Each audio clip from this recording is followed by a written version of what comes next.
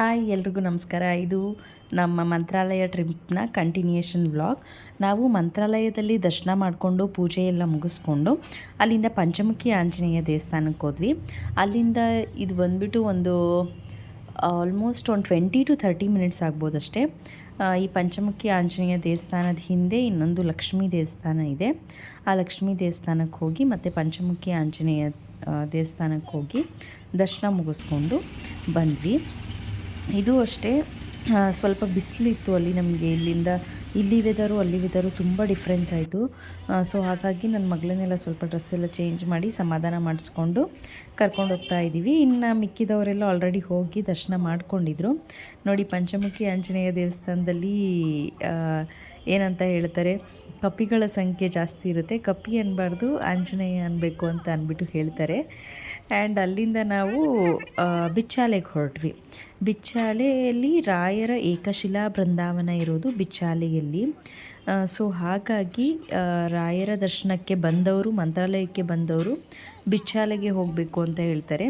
ಇಲ್ಲಿಂದ ಒಂದು 15 ಮಿನಿಟ್ಸು ಬಿಚ್ಚಾಲೆ ಪಂಚಮುಖಿ ಆಂಜನೇಯ ದೇವಸ್ಥಾನದಿಂದ.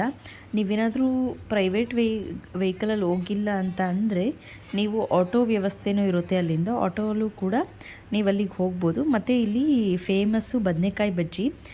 ಸೊ ಹಾಗಾಗಿ ಬದನೆಕಾಯಿ ಬಜ್ಜಿ ಟ್ರೈ ಮಾಡೋಣ ಅಂತ ಅಂದ್ಬಿಟ್ಟು ತಗೊಂಡ್ವಿ. 1 ಪ್ಲೇಟಿಗೆ 60 ರುಪೀಸು. ಸ್ವಲ್ಪ ಕಾಸ್ಟ್ಲಿನೇ ಇತ್ತು. ಆ್ಯಂಡ್ ಟೇಸ್ಟ್ ಕೂಡ ಅಷ್ಟೇ ಸ್ವಲ್ಪ ಚೆನ್ನಾಗಿತ್ತು.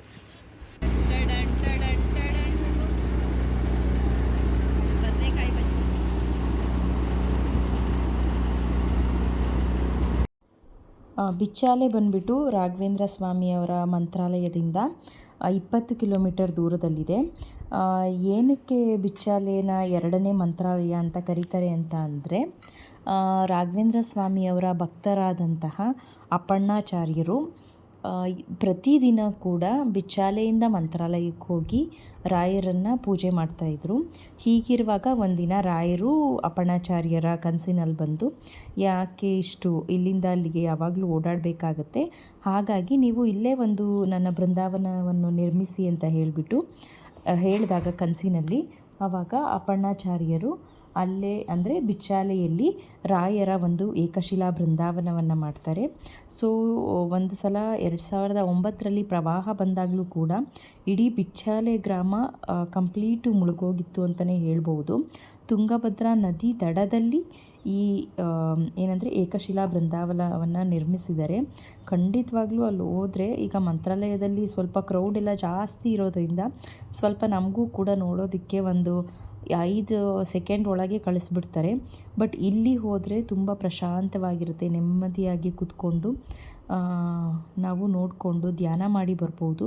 ಹಾಗೆ ಬಿಚ್ಚಾಲಮ್ಮನ ದೇವಸ್ಥಾನದಲ್ಲೂ ಸಹ ಒಬ್ಬರು ಯತಿಗಳು ಅವ್ರ ಪಾಡಿಗೆ ಅವರು, ನಾವು ಅಷ್ಟು ಜನ ಹೋಗ್ತಾಯಿದ್ರು ಸಹ ಅವ್ರ ಪಾಡಿಗೆ ಅವರು ಧ್ಯಾನದಲ್ಲಿ ಮುಳುಗಿದ್ರು ಅಂತಲೇ ಹೇಳ್ಬೋದು. ಇದರಲ್ಲೇ ಗೊತ್ತಾಗುತ್ತೆ ಅಲ್ಲಿ ಪ್ರತಿಯೊಬ್ಬರಿಗೂ ರಾಯರ ಮೇಲಿರುವ ಭಕ್ತಿ ಎಷ್ಟಿದೆ ಅಂತ ಅಂದ್ಬಿಟ್ಟು.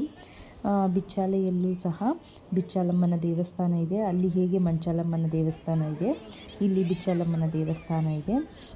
ಅಲ್ಲಿಂದ ನೆಕ್ಸ್ಟು ಮಹಾಮಂಗಳಾರತಿ ನಡೀತಾ ಇತ್ತು ರಾಯರ ಏಕಶಿಲಾ ಬೃಂದಾವನಕ್ಕೆ. ತುಂಬ ಚೆನ್ನಾಗಿ ಪೂಜೆ ಮಾಡಿದರು. ಮತ್ತು ಅಲ್ಲಿನ ಮಹತ್ವವನ್ನು ಕೂಡ ಎಲ್ಲರೂ ಅಂದರೆ ಅಲ್ಲಿರೋ ಅರ್ಚಕರು ಹೇಳಿದರು.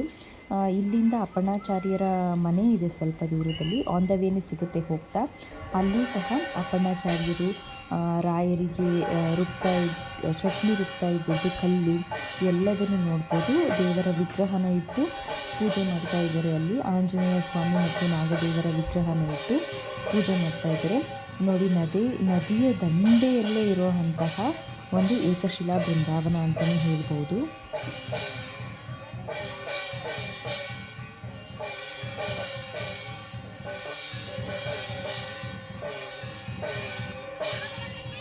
ನಮಗೆ ಅಲ್ಲಿ ಪ್ರಸಾದ ಬಂದುಬಿಟ್ಟು 12 ಗಂಟೆಯ ನಂತರ ಇದ್ದಿದ್ದರಿಂದ ಮಂತ್ರಾಲಯದಲ್ಲಿ ನಾವು ಅಷ್ಟರೊಳಗೆ ಆಂಜನೇಯನ ದೇವಸ್ಥಾನ ಮತ್ತು ರಾಯರ ಏಕಶಿಲಾ ಬೃಂದಾವನನ ದರ್ಶನ ಮಾಡ್ಕೊಳ್ಳೋಣ ಅಂತ ಅಂದ್ಬಿಟ್ಟು ಬಂದ್ವಿ.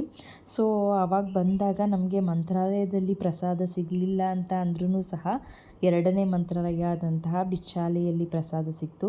ಪ್ರಸಾದನೂ ಅಷ್ಟೇ, ರಾಯರ ಪ್ರಸಾದ ತುಂಬ ಚೆನ್ನಾಗಿರುತ್ತೆ. ಮಂತ್ರಾಲಯದ ಪ್ರಸಾದ ಒಂದು ಏನಂತ ಅಂದರೆ, ನಾನು ಅಬ್ಸರ್ವ್ ಮಾಡಿರೋ ಹಾಗೆ ಫಸ್ಟು ಮಂತ್ರಾಲಯದಲ್ಲೂ ಸಹ ಹಾಗೂ ಬಿಚ್ಚಾಲೆಯಲ್ಲೂ ಸಹ ಬ್ರಾಹ್ಮಣರಿಗೆ ಸಪ್ರೇಟ್ ಊಟದ ವ್ಯವಸ್ಥೆ ಇರುತ್ತೆ.